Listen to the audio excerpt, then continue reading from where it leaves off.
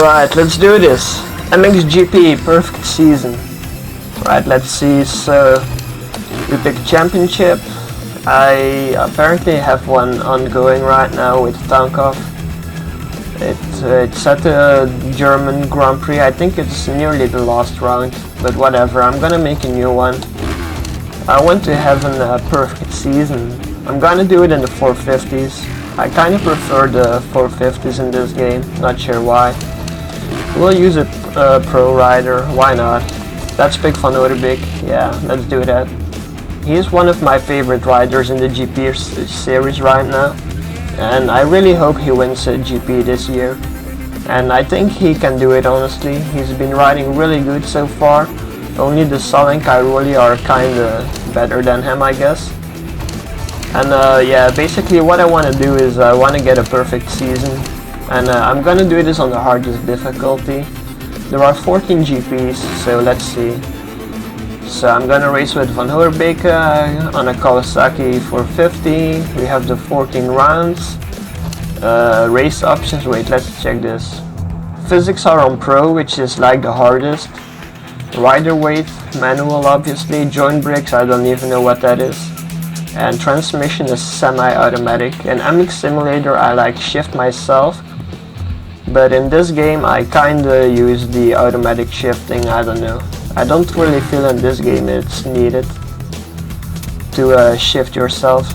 So the AI, the hardest difficulty is realistic, so we're gonna put it on that. Because honestly in this game the difficulty of the AI is pretty low in my opinion. Well, I'm not saying that I will get a perfect season, but I kinda am saying that the AI is too easy. And I'm only gonna do single races, because otherwise it would take way too long, because I kinda want to do this in a single setting. So, well, there we go already. GP of Losail. It's in Qatar. And this track is obviously based on a real life track. Actually every track in the whole game is, so. Alright, here we go. First GP of the season in Losail. So yeah, I'm not gonna do the qualifying and everything. I'm just gonna instantly go to the track. You can like see the session info, but since I'm only doing like pure races, it doesn't really matter. And yeah, bike setup, not really needed either. I don't really care. My brother sometimes like switches up the gearing and the brakes and everything. Yeah, if you don't qualify, all the positions on the inside will be taken obviously, but yeah, whatever. We'll start from the outside. I'm gonna get buried on the start anyway. I'm not really a great starter in this game. I'm not sure if there's like a trick to it or anything. Okay, there we go. First GP of the season. Can I get the perfect season going? It's gonna be a long load, I think. Ooh. Horrible crash already. That's not a good start to the season. Yeah, this game is pretty weird. Sometimes you don't have collision with the AI riders, sometimes you do. Also, it's kinda annoying, I guess, that Van Oudebeke is riding a Kawasaki in this game. Because he's obviously riding a Yamaha in real life right now. But yeah, it doesn't matter. I'm gonna pause the decker here on the inside, nice. So yeah, this game, I don't know. It's not a bad game, but there are a lot of problems with it in my opinion. Like online, I tried to race online a few times, and I don't know, honestly, quite a lot of problems. Like random disconnects during the race, people lagging like fuck, people glitching out and everything, I don't know. A lot of problems. Right, so I just passed some people, should be in third now, cool. Alright, let's pick some more spots. I kinda like this track. There are a few tracks in the game that I don't really enjoy, especially the French GP, but yeah, that's still quite a few GPs from now. So this track is kinda okay. It kinda has a sandy feel to it. In real life I love sand tracks a lot more than hardback tracks. I'm from Belgium and Holland, so obviously I prefer sand tracks, like everyone who's from here, or almost everyone. Alright, so I'm in third. I want to get a perfect season, so I'm gonna have to battle through the front here. Let's see, who is it? It's Paulin and the Sol. It's kind of like in real life. because Polan and the Sol are really good riders in real life. I kinda wish that like the Sol would lay waste to Cairoli a bit more and be closer in the championship fight. Sadly that's not the case, but yeah, you can't really take anything away from Cairoli. He's just so good and he's there every week. And if he has an update, he still gets like third or something in the overall results on a day, so yeah. He's just too fucking good. Right, let's pause Paulin, there we go, on the inside. Right, one more spot and we will win the first GP, but we're not there yet. I can easily screw this up. Like, going for a perfect season is gonna be a long wait. We'll see what happens. I'm kinda streaming this. I will also broadcast this or upload it to YouTube, so I hope the quality is decent. It's gonna be kind of a long play thing, I guess. Well, maybe if I fail the perfect season, I will just quit it and redo it at some point. It's just a random attempt, honestly. In this game, like, the riding is pretty easy, but for some reason, sometimes I easily, like, pull it over backwards. Not sure why. And we're already in the last lap, so if I want to get the perfect season, I'm gonna have to ride hard, get the Sol. He's a Belgian, but I'll have to pass him in the game. Let's try it. Well, actually I'm riding with another Belgian rider, so it's not a big deal to me. Yeah, I got him. Okay, let's try to keep it steady and keep it going. Because on this difficulty, it's actually kind of weird how the AI works. In the first lap, it's super easy to pause everyone. But like, after the first lap, everyone gets into their own pace, I guess, and own place and whatever. And it's like super hard to pause people. Especially if you like lost a lot of time on the first lap. It's honestly pretty hard to get back to the front. But yeah, I already have a 2.2 second gap on the Sol, so first GP should be incoming. No big deal.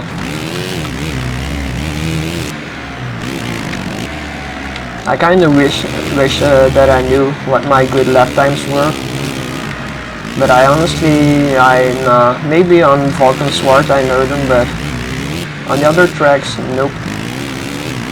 I did play the game quite a bit, but not really super intensive, honestly.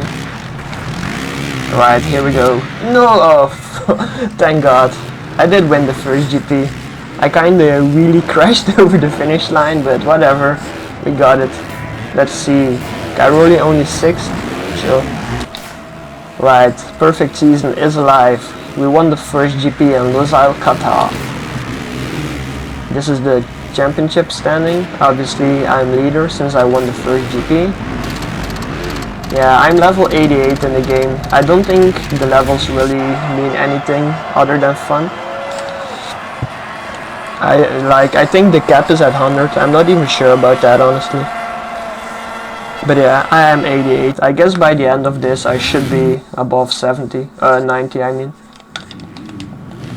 Right, second GP, here we go. It's Sriracha. I believe this is in Thailand if I'm correct. Let's go. I really like this track in the game. It's a pretty awesome track. I am pretty fast on it, I believe. Like, I don't really claim to be really good at this game or anything, but like, this is the hardest difficulty, so I don't know. I guess if you can beat the hardest difficulty, it's something. But yeah, like I said, in this game, I don't know. The AI is pretty bad. Ah, crap. Kinda took the corner a bit too wide there, got passed by a few people. Yeah, no big deal. This jump, I don't know if anyone has ever jumped this before, but I've never been able to jump that. Like, one day I did like a shitload of attempts on it, just to try to jump it, and sometimes, like with my front wheel, I came super close to the landing, but I don't think I really ever sticked it. But yeah, this track is like super easy. At least to win on like, even, I think I just remembered something. Some tracks have like a small glitch in them, where for some weird reason the AI just randomly starts crashing in the same spot, like all of them crash in one spot. It's pretty weird. I think there are 2 or 3 tracks that have that bug in it. Well, I actually did read that there was a patch incoming for the game. I even believe that the Steam users already have gotten it by now. So yeah, I guess they are lucky. But yeah, this is a pretty boring GP, honestly. Like, I'm already like probably 5 seconds out in front of the guys. So let's make quick work of this. This is honestly the reason why I'm only doing a one championship race. Like, I could do a double GP race like in real life, but it would be just too boring. Like, I already have a 6-second gap on Coyote right now. So yeah, it's not really hard, I guess. I kinda wish that the AI was better though. But yeah, some people like have an argument and like, yeah, go race online, try to beat good people, but in this game, I don't know. It doesn't really work out that way.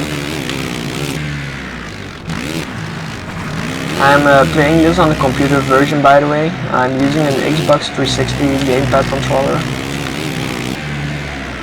I also use this controller to play MX Simulator. Like, you can see on my YouTube channel, I do have some videos of that game also, and obviously some old school motocross games. I pretty much grew up in the PlayStation 1 time perk thingy era, I guess. And honestly, back in the day, we did have like a shitload of motocross games. Like, to name a few of my favorites is the Jeremy McGrath series, like Supercross 98 and Jeremy McGrath Supercross 2000, I believe they were called. Those were pretty chill games back in the day on the PS1. Then you obviously had Supercross Circuit, which is in my eyes one of the best motocross games ever created. Like, back then it was so far ahead of its time, it was really unreal. And yeah, there were some other games. Ricky Carmichael also had his own games back then. I believe they were called Championship Motocross. I do have some videos of them also on my YouTube channel. I'm trying to remember other games. There were other ones also, but I can't really remember them right now. And then also, obviously on the PS2, there were some decent games. One that comes to mind is MX Superfly. It's also from the Ricky Carmichael series I just mentioned from the PS1 era. That game was just awesome. I don't know why exactly. I haven't played it in like 5 years or more. So I should probably try to hook it up somewhere and play that again, because I remember that game as one of my favorite games ever. And yeah, you also had a Mix Rider, which was like back then the official game for the MXGP series. I think that was like released in 2002 or something, so really long ago. But that was a somewhat decent game. It had like replica tracks. Although they were not really like super replicas like in this game, because in this game the tracks are pretty much based on the real life tracks, kinda like people make replica tracks in MX Simulator. Like on my YouTube channel I have 2 videos where I basically compare the newest real life GP between the 2 big MX games right now, which is MX Simulator and MXGP. And here we go. Sriracha, or whatever this is called. Win number 2 of the season. Perfect season is alive. There we go. 50 points. Already an 8-point gap on the saw. Alright, let's see. GP number 3. I believe that will be Valkenswaard, which is a Dutch track in Holland or Netherlands. And it's a decent track. I don't really like the version in this game that much, but it's acceptable. I've actually been to this Grand Prix in real life before. I think in 2005 or something. It's actually quite some time ago. I even have like the race of that GP on my YouTube channel also. No, the sound of the game bugged out again. No, are you kidding me? Yeah, this game is like full of glitches, sadly. Oh crap, and I crashed in the start. That's not good. But yeah, this game is pretty much full of glitches. Like, right now, without anything really happening, the sound is completely gone. And I'm fucking up the start pretty hard right now. Well, I'll keep it going as long as the perfect season is going, but sadly, you'll have to listen to my annoying voice. I honestly don't really like how my voice sounds on the internet or on a computer, but whatever. I'm trying my best speaking in a foreign language. Anyway, let's focus on the GP for now. So my start was absolutely shit. Whoa, Searle, what the fuck, man? Searle trying to act tough, apparently. Kinda reminds me of the battle of him and Hurlings in the 2012 or 2013 GP season. I think it was in 2012 actually. Him and Hurlings had like a pretty hardcore battle for the championship going on. And I think one GP, it was pretty extreme, but I can't really remember which GP. I think Searle like made Hurlings crash or something earlier in the GP, and Hurlings was like super mad about it, obviously. You know, like the way he is. He didn't want to take any shit from an English rider, obviously. And I remember him catching up back to Searle, taking him really wide, kind of brake checking him really high into the corner. And after that he just pulled away and won the GP. Like, it was good to see that he didn't really want to hurt him or make him crash and like just own him up, straight up, win the GP. So that was good to see. Funny enough, Searle is really battling hard with me right now in the game. It does annoy me that the in-game sound is gone though. I have no fucking clue why it is. But yeah, like I said, this game has a million glitches going on. Like, I wish I could play it online a bit more, but it's just so fucking glitchy. When I try to join a room, I get errors. When I get into a race, I get errors. And if I finally get to race, I just get disconnected or something. It's always something. But yeah, anyway, let's focus a bit more on the game. So obviously, easy winning right now. Already a 5.2 second gap on Searle. Like, this is the hardest difficulty and it's just too easy to beat him, honestly. If I don't screw anything majorly up, I don't really see why I wouldn't get a perfect season. Maybe I'm the first person in the world to do it. Maybe there are people who already done it. It's not like you need to be super good to do it. Well, I guess you have to be a little bit consistent, but...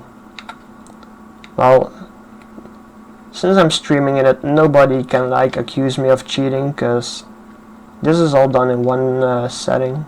Single setting, I guess. Single segment, whatever. I guess technically you could see this as speedrunning also, I guess. I don't know. I don't really plan, honestly, to speedrun motocross games. Obviously, on Twitch and such things, I'm somewhat known, I guess, for Tony Hawk speedruns. I have some really nice runs in Pro Skater 1, like the first game of the Tony Hawk series. But yeah, like, some way in my heart, I obviously still prefer motocross games over any kind of games. Like, back in the day in Motocross Madness 2, we kind of had a big community going on. Like, on some forums I even still use the nickname I had back in those days. Like, we had a team called Fun and Fair Racing, which was like, for sure that was FNF.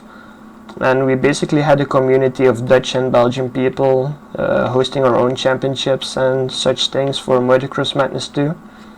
A lot of it took place on the Amazon Gaming Zone, I believe it was called back then. And when I joined, actually, there was like a sort of a ranking system going on. Like, if you rode offline, you couldn't pick any number on your bike below number 100. But if you achieved a certain ranking on the Amazon Gaming Zone back then, you could basically pick a number of the rank you achieved. So like, yeah, you could get a number sub 100, which was kind of cool, I guess. Like, MCM2 in my eyes is one of the best motocross games ever released.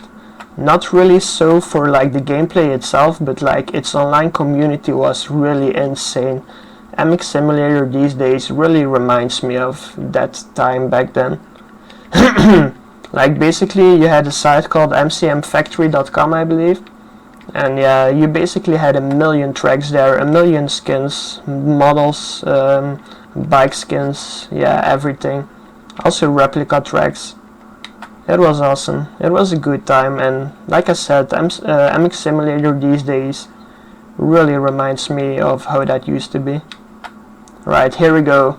Grand Prix Valkenswaard. Boom. 3 in a row. I'm kinda sad that the sound is gone, but I honestly don't don't want to fix it, because I'll have to restart the game, I don't know. I don't want to do that. So I'll just keep talking through it. I honestly have like almost 20 years of experience playing motocross video games, watching GPs, watching Supercross, watching Nationals, pretty much watching everything. Local championships, Dutch championship, Belgium championship, pretty much everything. So I can easily fill up this whole season with talk, no problem. Alright, the next GP, I think this is Agueda in Portugal. I'm not that sure though. I didn't even check the loading screens. Yeah, this is Agueda. I rode last year in MXGP. Well, for the people who don't know, oh sorry, not in MXGP actually, but for the people who don't know, in MX Simulator there is a guy called John Rollins, and last year he hosted an MX Simulator National Championship, basically for Europeans, which was based on the Grand Prix series in real life. I believe they cut it a few rounds short, like there were only 14 GPs or something, but still it was an awesome championship, and I think my best result came here on this track in Simulator. I think I scored like 5 points or something. I'm honestly not that super competitive in Simulator. I do play it a lot offline on new tracks and such things, and sometimes I do join an online championship here and there, but I'm not really super competitive in it. Not like how I used to be in MCM2. Because Motocross Madness 2, I remember staying up till like 4 in the morning to race American championships and such things. It was a really good time back then. I really enjoyed that. Ever since MCM2, I kinda missed that time, you know, like staying up late for an online championship, getting new tracks downloaded and such things, and it honestly wasn't until MX Simulator came around that the feeling of that kinda came back. Well, in between that you kinda had MX vs ADV Unleashed, which was like released on the computer after it was released for the PC, or sorry, for the consoles. Like I think even more than a year possibly. Like Rainbow Studios was being a bit lazy, but like at some point they made a PC port. Oh crap, what the hell was that? Okay, no worries, we're still in the lead. Okay, so as I was saying, Rainbow Studios eventually copied the game, or ported it to computer, I guess you can say, because they didn't really add anything specific except for a track editor. And yeah, basically, so you had this track editor that they added to the game, and yeah, basically you had the console version of the game on your computer now. So obviously, as the PC community is known for pretty much in every game, there are a lot of people who like to mod and stuff like that. And obviously for MX vs ADV Unleashed, which was called MVA back then, to make it short, and so yeah, obviously people started modding it. There is even, I believe, a Dutch guy who made a pretty awesome mod for it called Ref, I think it was called. Maybe that's even the same person who created Simulator, although I'm pretty sure it's somebody else. But at some point in my life I thought they were the same person. And he basically made a mod for the game to make it more realistic, change the bike handling and such things. It was pretty cool, but it was not really anything people were really waiting for. People more like wanted a MCM3 game, you know, to follow up with all the online stuff. Like I did have some fun in MVA though. Like we also organized some online championships and races. I believe some of them were organized through MX World, which is a Belgian motocross news site. I used to be pretty active on that site back on the forum days there, but I believe at some point the forum got closed. I'm not sure why. And yeah, ever since then I honestly haven't really checked the site anymore. I'm not even sure if it's still active. I do still have some t-shirts from it, so sometimes when I go watch a race somewhere or something, I wear the t-shirt from it. So let's see, we're already in the last lap here in Agueda, Portugal. And my lead is so big we can't even see the difference with the second rider. Come on, MXGP, are you serious? Are you fucking serious? This game is just boring, honestly. Like, this is the hardest difficulty. I know I keep repeating it, but yeah, you know. And like, they are not even giving me a fight. So far the perfect season is still alive. Man. Once again, I'm sorry also that there is no in-game sound. I don't know what's up, honestly, because it was working for like the first 2 GPs. But yeah, whatever. I'm just gonna keep on going. I'm trying to remember real-life moments from the GP of Agueda, but honestly, I really can't. There is not like any special memories I have from a GP here. Nope. Well, I will win it in MXGP, so that's a good thing. There we go. We're keeping the perfect season alive. Let's see, what's the difference? We're already 29 points difference with the Sal. Poulain is in 3rd, the Decker in 4th, Searle in 5th, Cairoli 6th. Oh man, this is not realistic. This is not a simulator. I'm gonna ding level 89 really soon, and I'm riding with number 89, so I guess that's kinda cool. For some weird reason, I love to see patrons and numbers. I don't know why that is. Beto Carrero, it's in Brazil. Hurling sadly didn't ride the GP there this year due to an injury he sustained in a Dutch championship race, I believe. It kinda sucks, because otherwise he would have a perfect season going on. Well, technically right now he still has a perfect season going on in the 2014 MX2 or MX250 championship, world championship that is, but yeah, he did miss this GP here in Brazil, so I guess it's not completely legit then. But yeah, it looks like he will end up with the championship easily anyway. Like, hats off to Tonus though. Tonus this year is really riding super good in my opinion. Like, if it wasn't for Hurlings, that guy would be dominating right now. Obviously it doesn't take anything away from Hurlings. I know a lot of international fans are kinda calling him a sandbagger and everything. In a way I understand it, because last year he did kinda cry on Twitter to like change the rules in the MXGP. The rules basically to like make him able to defend his MX2 title one more time, or maybe even more. I think the only rule there is now for the 250s in the World Championship is that they can't be older than 23. And I guess I'm okay with the rule. Like, normally you could only defend your title one more time. Like, if you got the title, you got the chance to defend it one time, and even if you won it again or not, it didn't matter. You had to move up to the 450 class. So they changed that. Yeah, they kind of removed that basically. I don't know what I think about it. I'm not really against it being removed, honestly. I know a lot of people hate Hurlings for it. I understand that hate, but like, I'm alright with it, honestly. Like, also with the 23-year-old rule, I'm also okay with that, honestly. Like, I think it's important to really prevent people to send back just for titles and wins, you know. Like, I'm gonna turn on the hate the other way, and like in America you have a rider called Martin Davalos. I know before him there were other people who did the same thing. I guess on forums people often name David Pingree as a rider who did it. But yeah, basically Davalos has been riding the 250 class for what, 9 years, 10 years, something. It's pretty long in my opinion. I mean, you should move up at some point to the 450s if you're a professional racer, in my eyes. Like, what Ken Roxon is doing right now, honestly, Roxon is my hero. Like, I've seen him ride in real life on his 85cc back in the day, together with Anstie and Hurlings, actually.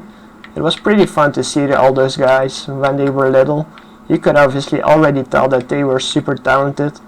Although, like, for Hurlings, when he was riding in 85, I didn't think he would become this good like he is right now.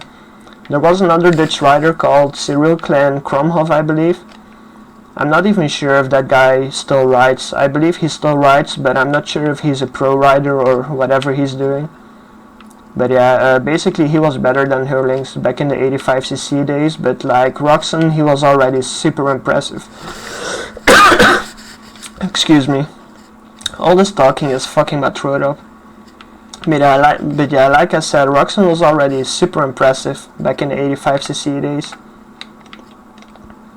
Oh, come on. And yeah, basically, Roxon, what he's doing in America right now, I absolutely love it. He has a world championship title, maybe even 2, I'm not sure. But I'm sure he has at least 1 for KTM back in the day. And like, he also has a Supercross title. I believe it's a 250cc West Coast title. So that's really awesome also.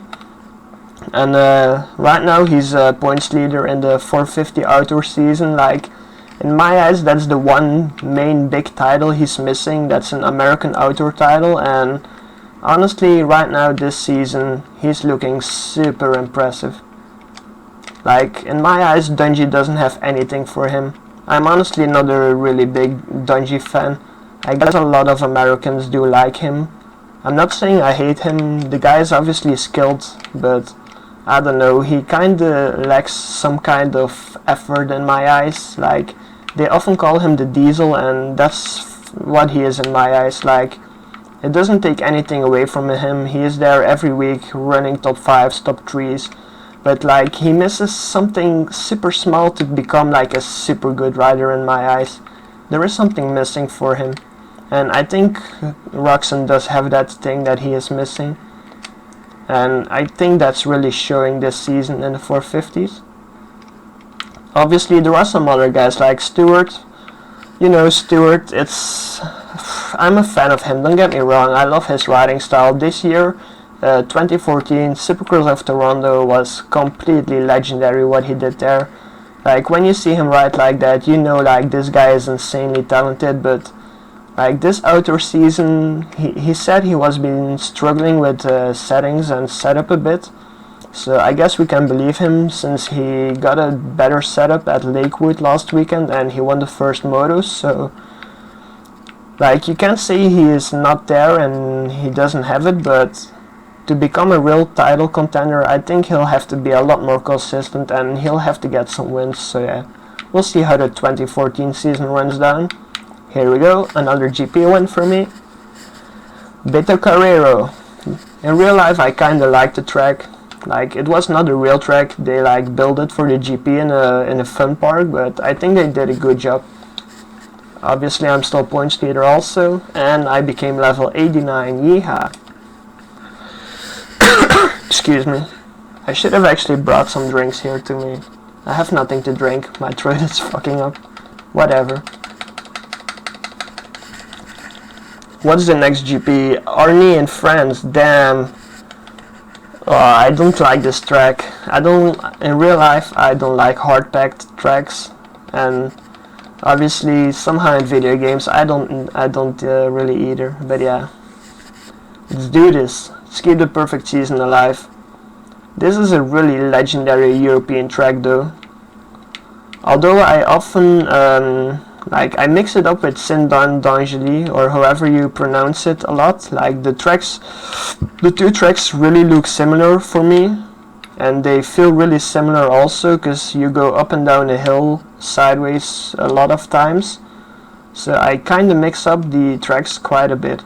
But I think there has been an MXDN here, or MXON, like you guys call it. It used to be called MX The Nations, but now it's called MX Motocross of Nations. So yeah, small change in the shortened name there. And I think 1 or 2 times it's been here. I actually have a YouTube video of it. I think it was 2005. I'm not sure. And I think America won them. I think they had a team with Windham in it on a Honda, with Carmichael and with maybe Tim Ferry. I'm not sure. I rewatched the race when I uploaded it to YouTube, but I can't honestly really remember it. I think it was 2005, yeah. But like, I think in 1999 or something, there was also an MXON in France. And I'm not sure if it was on Arne or Sindon D'Angeli. It was either one of the two, because the tracks look really similar, and from that race I have it on tape also somewhere. I don't even think I have it on my YouTube yet. And basically from that race, what I remember is that Travis Pastrana was absolutely killing it on his Suzuki 125. I believe that year was Travis Pastrana, he was the national champion in the 125 series in America, the AMA Nationals, and he was absolutely killing it in the MX of Nations in France. Like, there is one shot that's stuck in my mind where he basically launches over a Belgian rider called Steve Roman, who is retired from GP racing because he broke his vertebrae, I believe, but he is back racing. He does race the Belgian Championship, so it's good to see him back. He used to be kind of a hero of me while growing up, so that's cool. But yeah, like I was saying, there is a shot of Pastrana on one of the big downhill thingies, where Pastrana just flat out wide open airs it, and he basically launches himself over Roman. I'm not sure exactly what Pastrana his results were at the event, but I just remember it being absolutely legendary. But yeah, as I said, I confuse Ernie and Sindon D'Angeli all the time. There was even a time that, like, in my head I thought the two tracks were just one track, where there were like just two different names for one track or something. But I found out that they are different tracks though. But which race with what happened at which track it's kinda hard for me to remember. I also think that Stefan Everts, obviously the most legendary European motocrosser ever, won his last GP on one of these tracks. Either Arne or Sindon D'Angeli, yeah, I'm saying it again. The two tracks just confuse me so much. But yeah, like I was saying, Stefan Everts won his last GP in French, and I don't really remember the race, but I remember one thing, and that was that his bike had like two different wheel colors, I believe. Or he was running super weird wheel colors. Like somewhere during like 2005 or something, I believe, suddenly there was like a weird hype of people starting to run different wheel color thingy. Like suddenly people were selling like different wheel colors. It was really weird. But that hype completely is gone again, I think. I'm not even sure. But I haven't. Everyone is running black wheels again, so.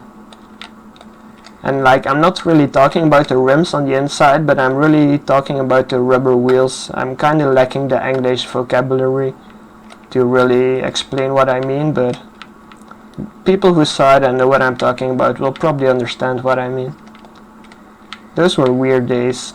I still think some freestylers sometimes do it. I kind of remember an X Games run of Pastrana where he was also running a different wheel color thing. It was funny. And yeah, obviously, perfect season, MXGP, still alive. Gonna win the French GP here in a few corners. Before I started this run, or this challenge I guess you can call it, I kinda said that I didn't like the track, but it's okay. And there we go. Another win. Perfect season, still alive. Oh, the Decker is running really good this season. He's the only person above 100 points right now. He's sticking close to me. He's a Belgian rider, obviously. Sadly, this year, 2014, he's not doing that great. I think, honestly, in my opinion, he came back from an injury a bit too early, in my opinion. Like, I couldn't really say which injury he had, but he came back from it too early, obviously, and it's really showing in his race results right now. He's not doing that good. I think it would have been better for him to like stay sidelined for another month or two and get like prepared at the best level possible, but yeah, it's his choice, whatever. Right, here we go, Majoria. This is a legendary track also. one of the like for Americans it kinda is, cause I believe it was 1986, or sorry, yeah, 86, yeah, I think it was 86 that the Americans swept this whole event. They kinda had a super dream team back then for Motocross of Nations, and they absolutely destroyed the world there. I wasn't born yet then, so I obviously didn't see the race or anything. Well, I did see the race after it, like, I don't know, I think a few years ago there was actually a DVD release of the Motocross of Nations, and it's kind of a legendary one, because the Americans absolutely destroyed it here. I even think that a dude on his 125 beat it the 500cc class that day. It could have been Johnny O'Mara, I'm not sure. Like, as I said, I've been following motocross for like 20 years, but it's 2014 now, so if you do 20 years from that, you get to 1994. So that was kinda before my period. Like, I don't want to claim to have seen every race or anything, or to know anything, but like, the amount of racing I saw is kinda unreal. Maybe it's unhealthy, I don't know. Oh, nice, that was a beautiful corner. This is a somewhat cool track. This is the first GP where I didn't qualify the year in the MX Simulator GP season. I absolutely hated the track for Simulator. I don't know why, it felt super slicky and it was a pretty rough track. And I didn't qualify that year for it. And then I kinda took a summer break from MX Simulator. I think I only came back for the last game GP that was held in Medderley Basin, which is a track we will be visiting in this game in a little bit. But yeah, one more lap to go here. Well, 1.5 lap to go in Majoria. I think the GP, yeah, this GP is actually, in real life, this GP is next week, or next weekend, which is in like 2 days or 3 days. It's a pretty cool track, honestly. It has a lot of elevation change, it has some high-speed jumps and such. It's a pretty decent track to watch a GP on. So I'll be looking forward to that. We'll see if Hurlings can like extend his points lead. Hurlings is kinda aiming to become world champion at the Belgium GP this summer of Lommel. So he basically needs to have, I think he needs like a 50-point gap to become champion there. Otherwise he will be crowned champion in Brazil, and he doesn't really want that because Belgium and Holland are obviously neighbor countries, so if he could like get his title in Belgium, it would be super awesome for the fans instead of getting it in Brazil, because it's not like there will be any Dutch or Belgian fans for him in Brazil. Well, maybe a few who travel across the globe, but... And yeah, like Lommel is a super rough sand track, so he will probably destroy the competition there to like put a cherry on top of his crown. But yeah, we'll see how the World Championship turns out. It's honestly, the MX2 is a bit boring. Like, I like to see Hurlings win, but it's somewhat boring to watch the races. The MX1 on the other hand is kinda enjoyable. Like, De Salle and Van Oorbeek are really doing good and battling with Cairoli. It's not like Cairoli is really running away with the title. Although in the points he does have a somewhat comfortable lead, but the Belgians are cutting away at it, and I like to see that. I also think that they won the last 2 or 3 GPs, so that's also pretty good. So I can't complain as a Belgium fan. There we go. And Van Oorbeek wins another one. Let's see what the point lead is. There we go. Whoa, it's 40 points already. 10 more points and I have a full GP ahead. But yeah, obviously I'm going for the perfect season. Right, let's see, what's the next GP? I think it will be... Oh, Uddevalla. This is, in real life, I absolutely love this track. Well, it's not like I've ridden there, but like the way it looks in real life, I really enjoy this one.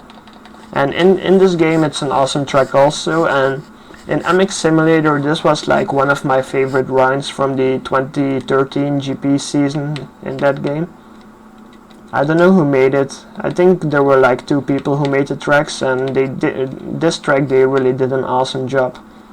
I did like 1,000,000 laps on this one to get a hot lap in. Sadly I didn't compete in the online race. I don't know why. Maybe I missed it or something. I'm not sure why. It's already a year ago, so I can't remember that. Right, so I got a pretty bad start this one. Will this be the race where my perfect season streak is broken, I mean. Like I said before, English is obviously not my main language. You can very most likely hear that in my accent, which is kind of Dutch, I guess. But I'm doing my best. Whoa, they are giving me a hard battle now. I'm only in 5th place. I'm kind of scared that I'm gonna lose the perfect season here. It's very likely. Because if the front guys get a big gap on you early, it's so hard to like close that down, especially after the first lap. During the first lap it's still okay, but after the first lap it gets incredibly hard. Come on, let's push it a bit.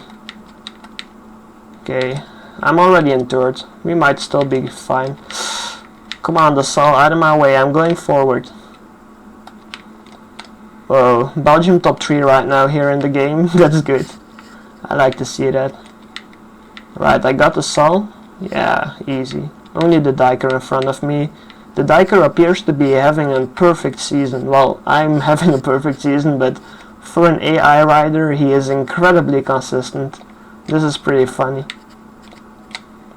Okay, let's apply some pressure to him. Let's see if he can hold up. I honestly don't know if I'm good at this game or not. I'm just winning on the hardest difficulty, that's all. I'm not really even paying that much attention to my line chase or anything.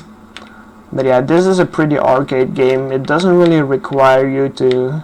Whoa, that was weird. I don't want to cheat though. But yeah, like I was saying, this is, to me, Simulator is obviously for a lot of people a super hard game.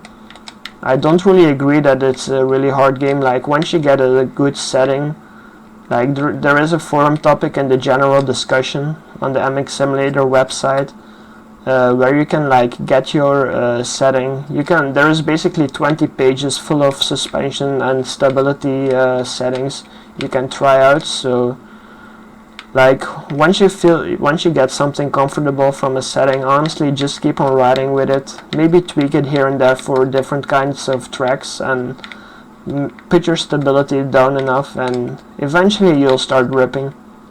Obviously I still crash a lot also, but like I don't know, I'm having fun. I can put in hot laps and all those things, so I'm okay with the game. I don't think it's too hard, because this game in my opinion is a bit too easy. Well, maybe the AI is too easy, I don't know. Maybe I'm just too good, because if I think back about the MX vs ADV series, the AI in that game wasn't that super good either. Well, one game I remember the AI being super good in is MXU, which is short for MX Unleashed. It was like the first game of Rainbow Studios on the generation of PS2, Xbox console thingies, and GameCube from that generation. And Rainbow released a motocross game called MX Unleashed, and that to me is also one of my favorite games. It's a really, really good motocross game. If you have a PlayStation 2 laying around and you have never played that game, I suggest that you do try to find that game and play it, because it's an awesome one. And the AI in that game is also really good.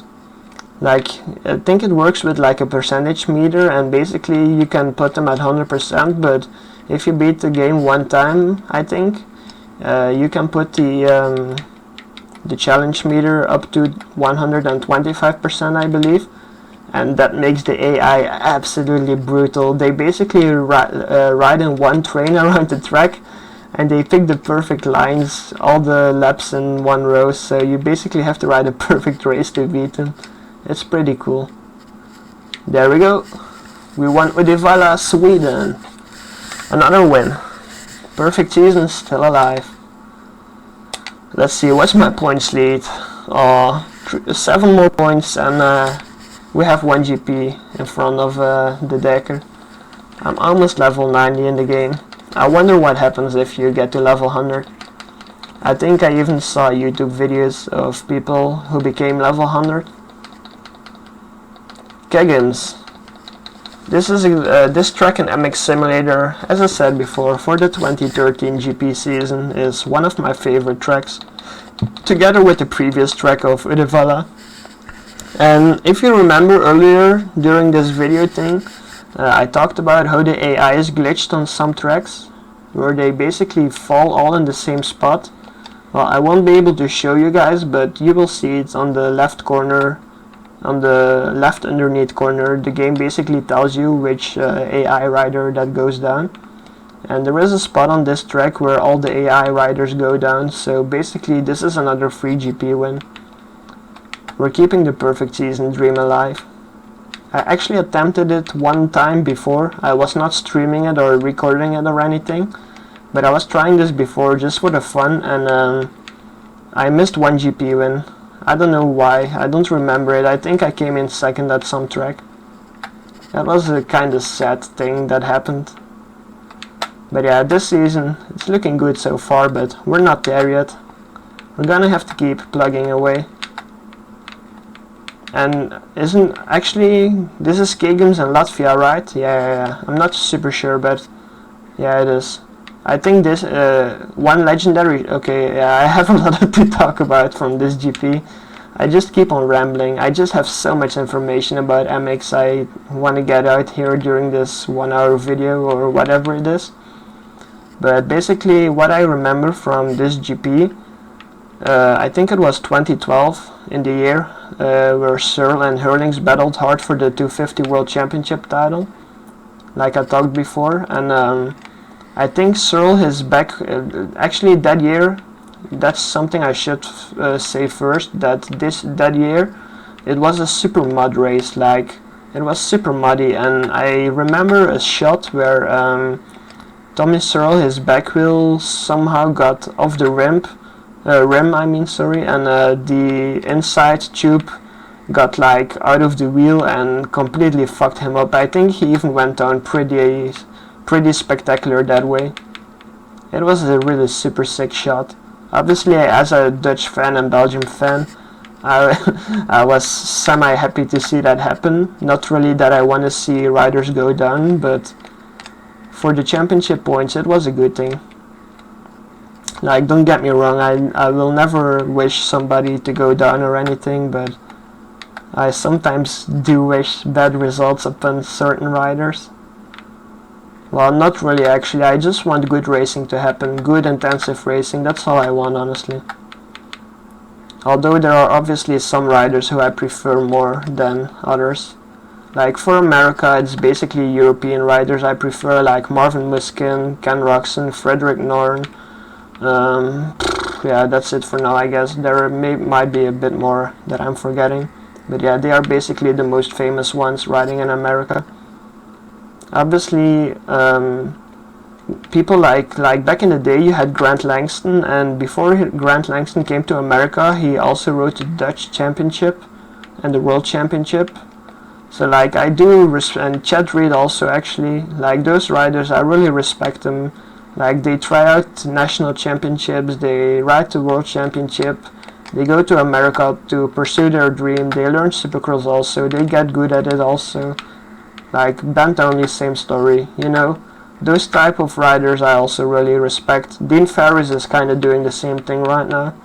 But sadly his Supercross results, well, he didn't actually do that bad in Supercross for not being experienced in it. But sadly he got injured and he is not able to attend, or at least he is not riding right now in the 2014 AMA Nationals. I do believe that he might be back before the season is over, but I'm not completely sure about that. Well, we'll see I guess. Because like, I honestly don't think he's gonna be a real contender if he is back. Like, not because he was injured. Like, if he was fit, I could see him go for top 5s perhaps in the 250 AMA class right now, but I wouldn't see him go for wins, honestly. Like right now the Yamaha boys in America are insane, but I'll talk about a bit more about that in a second. Alright, so we won another GP here, Kagame's Latvia, where MXDN or MXON in 2014 will be held. Something is like telling me that the Americans are not going to attend the race. I don't know why. There are rumors that Ryan Dungey won't be on Team USA. Justin Barcia obviously also won't be on it because he is injured. I don't really know the reasons why Dungey won't be on it, but yeah. So I don't know. Like, America obviously has enough good riders to make a decent team. Like, what they should do, in my opinion, is pick the first two from the 450 standings while Roxon is in the lead, but you know, like the first American riders, and like then pick the 215 champion. Well, if there will be an American champion, but like the way Jeremy Martin is riding right now, I'm pretty sure there will be an American champion in the 250 class in America. Like, hats off to Jeremy Martin. So far this season he is absolutely killing it. Okay, yeah, he didn't get his perfect season. He lost it at Lakewood, second moto. I believe he got a 6th. I'm not even super sure, but like, hats off to him. He's really riding super impressive this year. Excuse me. And obviously Cooper Webb is also doing super good, but like, to come back to the American Motocross of Nations team, I think that at the moment James Stewart, Trey Canard then, well, since there are rumors that Ryan Dungey won't be attending Team USA, I'm obviously not sure if they are true because, well, honestly, this might be a bit harsh, but flat out Dungey sucked at the last 2 or 3 MXONs. Like, the one at Lommel, he was super bad, and the one last year in Germany in Teutschenthal, he was pretty bad also. Like I said, I'm not a super big Dungey fan, and he hasn't really impressed me that much. Like, I honestly liked him a lot more on his Suzuki back in the day, and whoa, easy there, Kai, really easy. I'm sucking in this race, by the way. But yeah, like I was saying, Dungey, I don't know, maybe it's kinda logical that he won't be going to MXON, because he's not doing super great at them. So yeah, I think as of right now then, in the 450 class, seeing the point standings, seeing the overall results, I believe that James Stewart and Trey Canard would be a good pick for the 450s. And yeah, as I said before, obviously for the 250s, I would pick Jeremy Martin. That guy is absolutely on fire. Although I must say that I am impressed with Cooper Webb also. That guy, it's only his 2nd year as a professional auto rider, and he is doing really good also. Well, I saw some hate towards him actually, because he was riding a bit aggressively towards his teammates during the Lakewood National, but honestly, I didn't really see anything wrong with it. He is young, he is just like, I understand it. He wants to beat his teammate. He got beaten by him the past 5 motos, and he wants to prove that he can also win, so I'm okay with him riding a little bit aggressive towards his teammate. And like, it was super interesting to see Blake Baggett win another auto race, because like, I might have a love for European riders around the world, whatever, but I'm obviously also a fan of American riders. Like the way Eli Tomac rode last year in the Nationals, Auto Championship, 250 class, that was just fucking impressive, honestly. The way he rode that Heiko Honda 250, he absolutely murdered that thing. Like, he revved it so hard, it was incredible the way he was riding it. And I think Tomac is a little bit more of an auto rider than he is an Indo rider, and if you see how Roxon is doing right now in the 450s in America, I kinda have to believe that Tomac would have been right up there with him also if he wasn't injured right now. So it kinda saddens me that he is not riding, because Eli Tomac is one of my favorite riders in America. Also, the show he and Roxon put it on last year on MX of Nations, it kinda just showed that they were really the 2 dominant riders at that point. Well, Hurlings also kinda was, but he was injured, so he was not there, sadly. But yeah, like I was saying, super impressive. Blake Baggett getting the win at Lakewood, getting the overall. I'm pretty sure Mitch Payton was super happy with that, because his team has been struck by disaster all year long. Supercross They lost basically 2 titles on lock on the East Coast 250, and yeah, I don't know. I guess they kind of deserve to win. And Baggett is a super skilled rider in my opinion. He had a lot of bad injuries though. I believe his wrist was a big problem for him. And now, like just before the outer season this year, he also injured his eye pretty badly. I think he got hit by a rock or something and lost all vision in his eyes, so hats off for him to coming back from that and winning the 3rd round in, or the 4th round in, so that's really good, and I like to see him ride. Like, honestly, the way he won Butch Creek the last 2 years was so impressive that I said to my brother earlier, actually, that I was somewhat sure that Blake Baggett would win Butch Creek this year, but he already won before that, so maybe it's a good sign for us fans for some good racing coming up between the Martin and the Yamaha guys and Blake Baggett. And possibly Christophe Purcell, if he gets his flow. Like, he's been pretty consistent actually. Like, a lot of Americans liked to talk shit about him before the season because he like dropped out of the series a few years ago and everything. Like, yeah, I understand that that was a really bad move of him.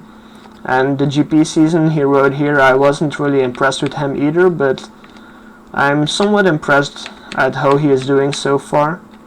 He's a really talented rider, like that's something you can't question, but his motivation back in the days kinda was a big question mark, and like there were rumors that when he rode for Peyton on the Pro Circuit Kawasaki team that he wasn't really training and anything, and he was super weird at testing days. He would only put in a few laps, and I don't know, but I think he kind of changed. I read some interviews about him in 2014, or with him I mean, and it seems that he is motivated, that he is willing to train, that he is willing to push, that he is willing to experience and learn. So I think we're gonna see a good Purcell later on in the season if he can keep it going. So that's gonna be interesting, because having 3 good Yamaha riders up front, I think some of the other brands like Honda last year in the 250s were pretty impressive with Tomac. This year they only kind of have Bogle, who really has the skills and the speed in my opinion to be up there. So we'll see how that turns out for Honda. Obviously MXGP perfect season is still going on. I just keep on talking through it honestly. Nothing is really happening. The AI is still not fighting me. They're just letting me have this perfect season, it appears. And the sound also still magically disappeared. Maybe it's even still on the stream, the sound of the game. I don't think so, but it is possible. You never know with technology. Weird things can happen. This is a pretty fun track. I don't really remember. Oh wait, I do remember this GP from last year. Tommy Searle, sorry, Gauthier Paulin, French MX1/450 rider in the World Championship. He was actually riding pretty good last season. He was winning some GPs from Cairoli. He was showing he had a lot of speed and a lot of skill. And I think during this round he got knocked out or something, or he had a really bad crash. And I think he suffered a pretty bad injury from it. Well, maybe not really bad, but I think he did. He was like out for a few GPs and such things. So I'm not 100% sure what happened, but I think he got knocked out or something. And yeah, I think he missed a few GPs due to that. So that was kind of sad, because he was kind of running away with that GP win, if I remember it correctly. Like, Paulin is a pretty impressive rider, but it's kind of like I talked about Dungey earlier, that he's like missing a small piece of the puzzle to really be a top guy, if you know what I mean. Like, I don't mean this negative at all, because they all have me covered, obviously. I don't even ride anymore, but yeah. Alright, let's see. Lap 2 out of 3. We're nearly done here. Perfect season, still alive. One more lap. Well, I think the finish line is after this sand roller section thingy. One thing I have to say about this game is that every track kind of feels sandy. It probably has to do with the track deformation thingy going on, but every track kind of feels sandy in a way. Alright, one more lap, and my opinion about this track is a bit mixed. I did like the track in real life to watch the GP here. Another moment I just remembered from this GP is Max Honesty, a rider who I'm not a big fan of. Well, actually I used to be a fan of him when he was riding on an 80cc, because I went to a lot of Dutch Supercross races. I mean, like in Holland there are a lot of Supercross races indoors, and there was always an 85cc or 80cc class, and Max Honesty was riding a Kawasaki back then, and he kinda rode pretty impressive. Like, he had a lot of Supercross skills when he was young, and I think he even went to America to ride Supercross at some point. But yeah, what I was saying was that I think Honesty and another Dutch rider called Glenn Koldenhoff were battling, and I think Honesty was really putting some dirty moves on Koldenhoff, if I remember correctly, and then Karma got back to Honesty and he crashed out really spectacular. That's another big moment I remember from this GP. Right, here we go. Perfect season, still alive. Van Oorbeke, yeehaw! Excuse me, my throat is really fucking up. I've been talking for probably more than an hour. I should have brought some drinks. Ooh, level 90. 10 more to go and we're done. But yeah, I don't think you really unlock anything in this game with leveling, so it's kinda useless anyway. There we go. Bastogne, Belgium, and I probably said this a million times, but in MX Simulator, this is one of my favorite tracks also, once again. I guess what we can conclude from all of that is that the 2013 MX Simulator GP replicas had a lot of decent tracks. Like, some of them I didn't like, but Bastogne was also another standout super good track. I'm pretty sure I have a simulator video from this track, which had like, I don't know, 3,000 views or something, and honestly for me and simulator that's quite a lot of views. I think my best MX Simulator video on my YouTube is from Paris-Bercy 2013, and I got like 6,000 views on that. I'm not sure how that happened. Maybe I got view botted or something, I don't know, but I was really impressed at the view count for that video. Like, I understand that my skill in simulator is not that great. There are obviously faster people than me, and my editing skill for videos is also not that great. Maybe I sometimes can use some cool shots, I guess, but I don't know. Editing wise, I'm not really a guy who super over edit his videos, I guess. Like, there are some people who are really skilled. I think there is a guy in MX Simulator called KTM57 or something. Yeah, in my opinion, he's really talented. He makes super nice edits, and like, he uses special color edits and everything. It looks kinda awesome. Like, I'm not that skilled in video editing. I just paste together some shots and helmet cam lab. That's kinda my workflow for simulator. But like, I've been impressed with the view numbers. I once like calculated how many channel views on YouTube I got from simulator, and I believe I got like 35,000 views altogether from simulator videos, so it's pretty impressive. And thank God for GLV that he is making it possible to monetize the videos, which kind of means that we can earn a little bit of money from it. Well, if you're partnered with YouTube, that is, which is not a hard thing to do. I think it only requires you to like set up a legit email address and send a few emails, make Google send you a special code or something, and you're good to go. So it's pretty easy. Obviously, my main resource from views and income from YouTube come from VHS tapes. Like, honestly, I'm not sure if it's 100% legal to like monetize them, but all the races I'm uploading happened more than 10 to 15 years ago, and I even tried to contact some of the studios who broadcasted them back in the day. They never replied to me. I basically asked them, like, look, here's a link of a video. I got it from a VHS tape. can I monetize it for the time it took me to convert it to computer and like to buy my hardware to be able to convert it? And they never replied, so I just figured out like, yeah, fuck it, I'm gonna monetize it.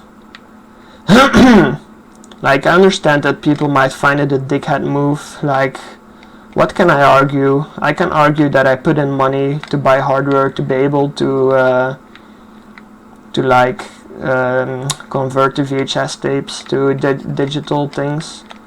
I had to buy software also to do it. I had to waste bandwidth of my internet, which also costs money in Belgium to do it.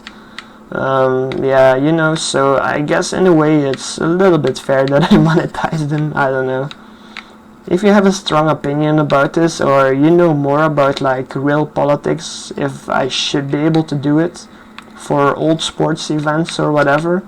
Like one time I talked to somebody and he basically told me that sport events that get broadcasted live have like a 5-year license for monetizing rules, and all of the races I upload are older than 5 years, so technically I am able to monetize them without any problem.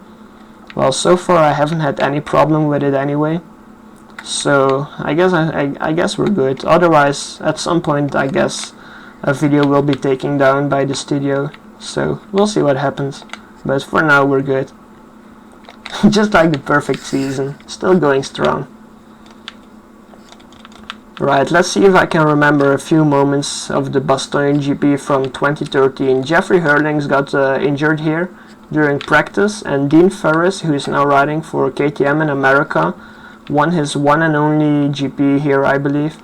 Well, I'm not sure if it was his only win. I'm pretty sure it is, but not 100% positive on it. Other than that, I don't really know anything special. Well, I did win again, so Pefect season still alive. I'm feeling somewhat confident that I'm gonna pull it off. 90 points ahead, nearly 2 full GPs ahead. It's an easy game, honestly. I'm not sure how many GPs there are left, I think 2 or 3, so we're actually getting close to the end. And my voice is getting destroyed more and more. Medley Basin. I'm gonna put myself on repeat, but once again, I'm gonna say that in MX Simulator, blah blah blah, no. This was also one of my favorite tracks.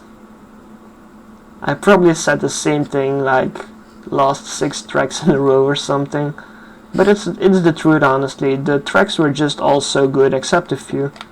Like Majoria was a shit track, honestly. But yeah, other than that, it was all good. Nice, got the whole shot. Well, I'm not sure if I really got the whole shot because I wasn't really the first one through the first corner, but we're already in the lead. This track in MXGP has a really nasty quad jump. The quad is really hard for me to get it. We're nearing in on it, so let's see if I can pull it off. We'll see. Okay, so you have to hug this downhill triple perfectly. Nope, I'm not gonna make it. Ooh, almost. It's a really nasty quad. Oh, and apparently I did get the whole shot. Kinda weird that they show it so far in the first lap already, but whatever. Maybe the whole shot line is like past the quad jump or something, which would be weird. August just went down in the 15th place. Bad for him. Okay, let's see, what's my gap on? Yeah, I have a 2.2 second gap on Cairoli. This is, I think I just remembered, like, if you remember before, I said that I lost one Pefect season. I think it was on this track. I'm not sure though. Well, so far it's looking good. And I think a few weeks ago I made a comparison video of this track on MX Simulator versus the version that I'm riding right now, so it's a bit fresh in my mind, I guess. Ooh, oh man, that's bad. That's bad. You can look backwards in this game. That's a function that I would like to have in Simulator also. That's probably the only thing I like more about this game. and the ruts, like the track deformation is kinda cool in this game. But yeah, in a game like Simulator, a track deformation like this wouldn't work. You would crash every single corner, every single straightaway. But in this game, that's something I feel that they did good. Like, I'm not really negative about this game, but I'm neither really positive about it. Okay, the quad, can I get it? Yes, nice. Jumping that quad is pretty hard. Right, 1.5 more laps to go. Let's see, can I remember something funny from this GP, from real life, from last year? Glenn Kolnhoff, where I talked about a bit about earlier, won his first ever and only GP in his life here. I was watching that race live. Actually, I was watching the whole weekend because Motorsports TV or Motors TV had like a special schedule going on that they broadcasted everything, even the qualifying sessions. They all broadcasted it for free on their channel, so that was really cool of them. And like on the Saturday, the qualification race was absolutely insane. Like, I think the track was a bit muddy, and that was a really insane race. Like, Hurlings was not there, so it was wide open for all of them to like go for the win without Hurlings there. And all of them were like riding so crazy, and even in the Saturday race they were going down, taking each other out. It was so insane. I think the race should be somewhere on YouTube if you search for it, so I somewhat suggest that you look up the qualification MX250 race from the 2013 Medley Basin, because that was really insane. And then honestly on Sunday the same thing happened.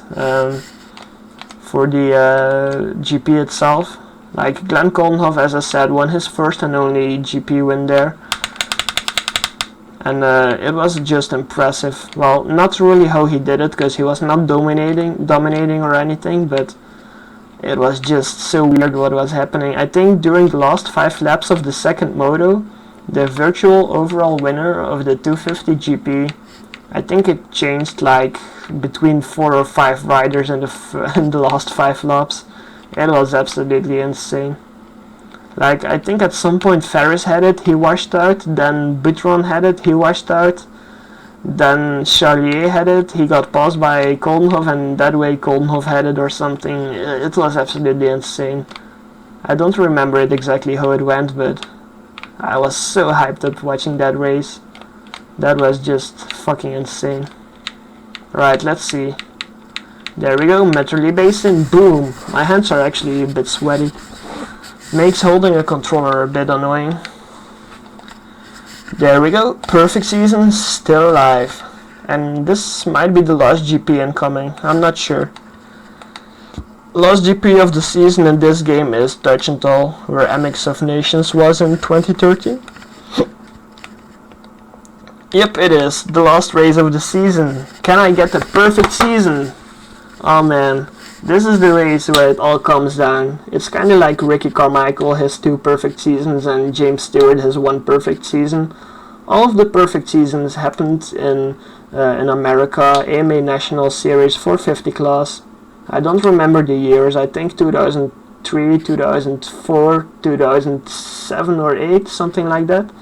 And 2 of them were by Ricky Carmichael, like the GOAT, greatest of all times, no doubt. James Stewart also got 1, but honestly Stewart got it versus pretty much non-competition. And another feat that Carmichael got that I'm gonna like talk about before I get my own perfect season is Ricky Carmichael during the Millville 2006 National. I could be wrong on the year, could be 2005 or something. He lapped the whole field. He was the one and only rider to lap a whole field in a professional motocross race.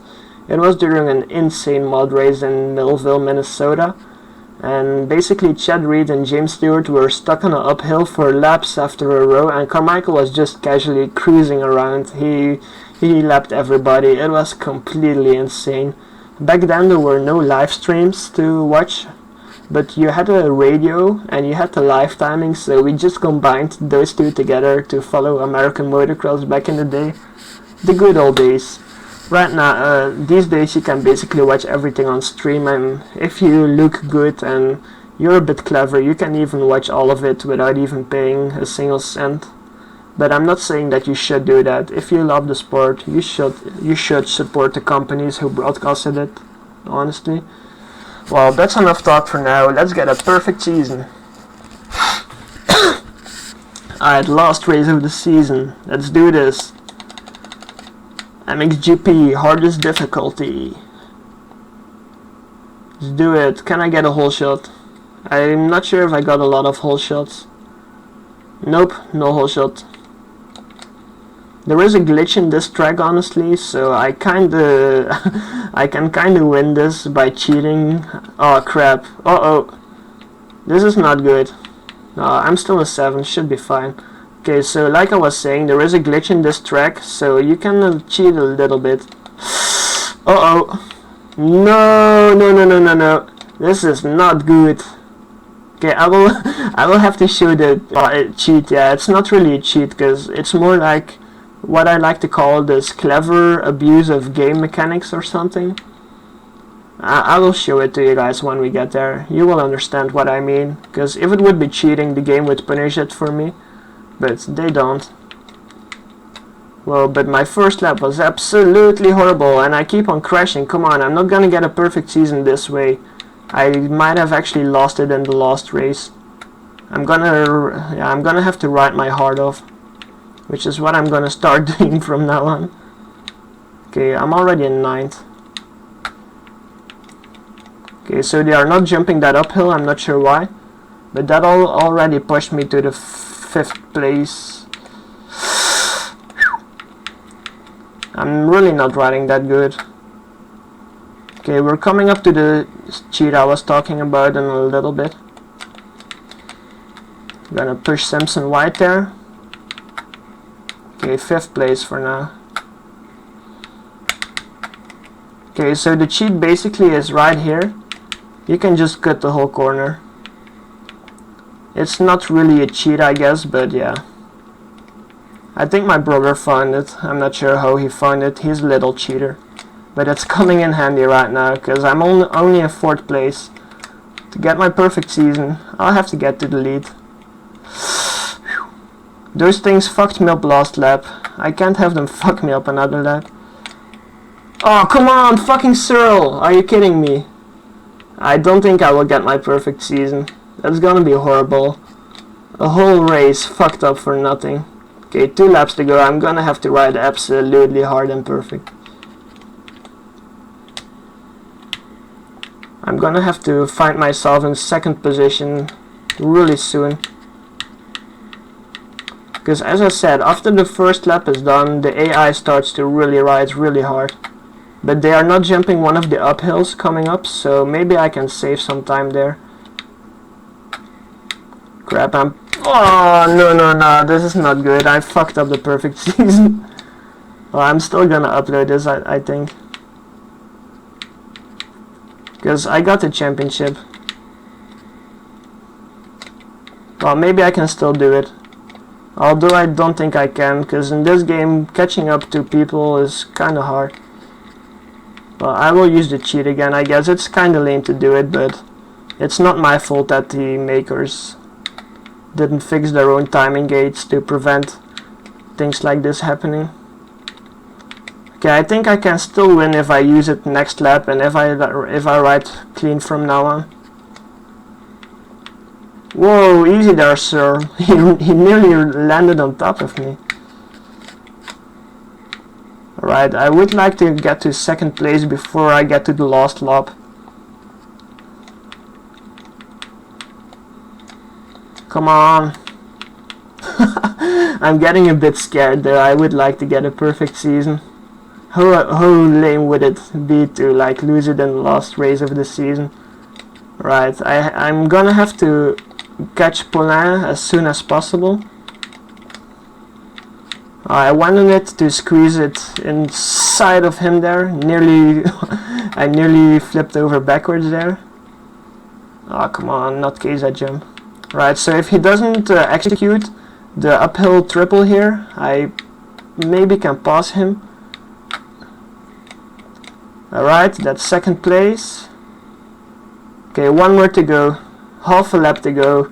It's gonna to boil down here at the end. If I don't make any mistake and I execute the cheat line, I guess you can call it, I might be able to get it.